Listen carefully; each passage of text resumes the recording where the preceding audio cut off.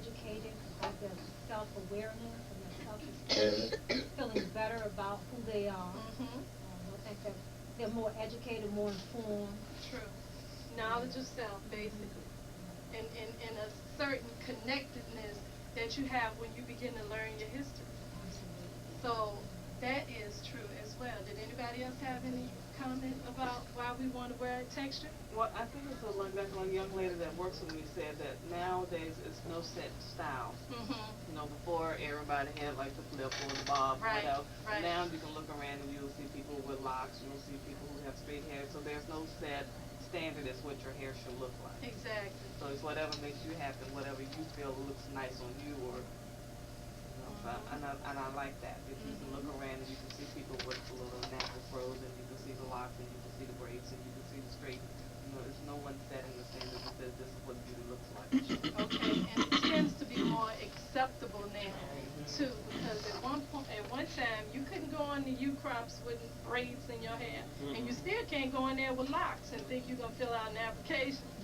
You know, but far more people are finding less friction when it comes to, you know, what they're doing with their hair when it comes to employment and what have you. And I guess society overall has begun to digest it a little bit better. But there again, trends. You know, look at Angie Stone. She came out with the super fro, and sisters was digging Angie Stone. Look at Erykah Badu. She had the head wrap and the braids, and you saw sisters wearing head wraps. I mean, and locks. India Ari. What's the sister with the guitar? India and Fuji's. Lauryn Hill. Lauryn Hill. So, again, you know, people standing in front of us, people whom we see, you know, who have a certain lifestyle that we can identify with, they tend to reflect something to us that allows us to open our minds. You know, people talk about role model and not wanting to be a role model and stuff, but that's what happens.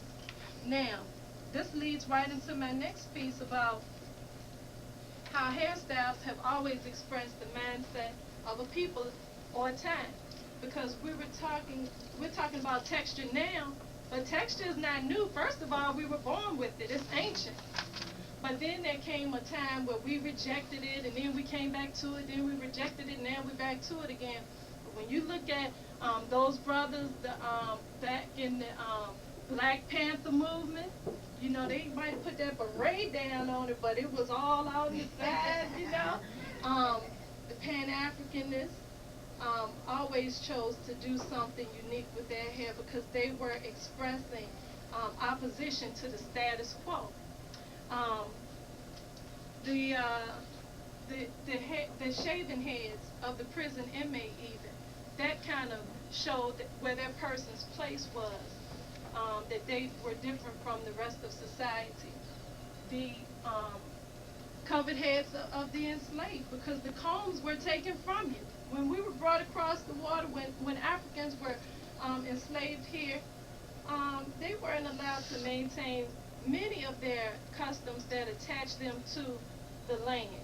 You know, their drums were taken away, their languages were taken away, and that also included a comb even, you know, because hairstyles meant something. And in many cultures, the attendants of the queens or of the kings will have certain hairstyles that will identify who they were or what their status was. The locks became introduced to us, first of all, most of us, through the Rastafarian brothers. And the Rastafarian brethren and sisters, they look back on scripture, and they also look back on the rebel warriors, indigenous people of Africa who were also warriors and fighters like in the Abyssinian wars. And they wore that as a sign of, they call them dreadlocks, like stay back. I don't identify with the oppressor's ways and values. So they had an outward view, an outward way of reflecting that by wearing their hair locked.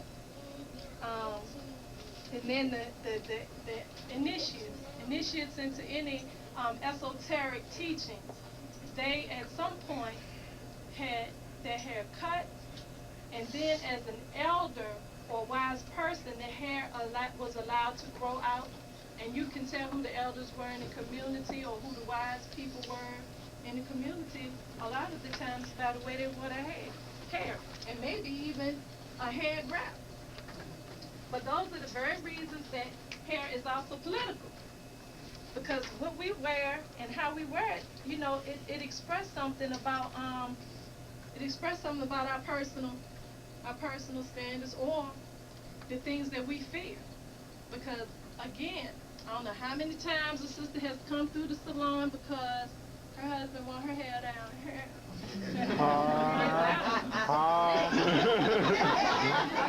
And even then I was looking at a commercial and the sister was like, we just, I don't know what the product was, but she was just happy because it moved. It didn't weigh hair down. This conditioner doesn't weigh my hair down. It moves. And so, and the brothers too, you know, they like it when the sister, like now, you know, you want to think that the conscious people are wearing the locks. Brothers just liking that style because sisters have a little thing about it. It's that little Lenny Kravitz thing. They, you know, it's like run your fingers through my hair and reverse. Run your fingers through my dreadlocks. Through my dreadlocks. Okay. And so, again, we're talking about the career and the work thing. I had a sister come through the salon. She was back and forth. She's back and forth. She had natural hair when she came. So we got her hair natural and she wants to lock it. So she was saying, okay, we're going to lock it, but hold on, I'm going on the interview. We're not going to lock it yet. And I was like, okay, well, let me line it up, let me do something with it, you know. And so she let me line it up. And then, you know, we've been through this a couple of times. She's been on the interview. She called back 2 or 3 interviews. Then she gets to the point where she feels pretty secure in this new job and she's going for it and she has a position rather. So now she's going to start the process. So we're going to start, you know, twisting hair and everything. But then she came back and she was like, sis, you know, if you start to look like you're getting too free, they're going to start to put the shackles back on. And I don't want Master to think I'm a runaway slave right now. Let me go ahead. I ain't going to do a lot right now. And, you know, I'm like, okay, and I already understand it's a process, and I'm there to support, you know. So the sister was like, you know, she abandoned the locks now, so we cut the hair back down after all this time.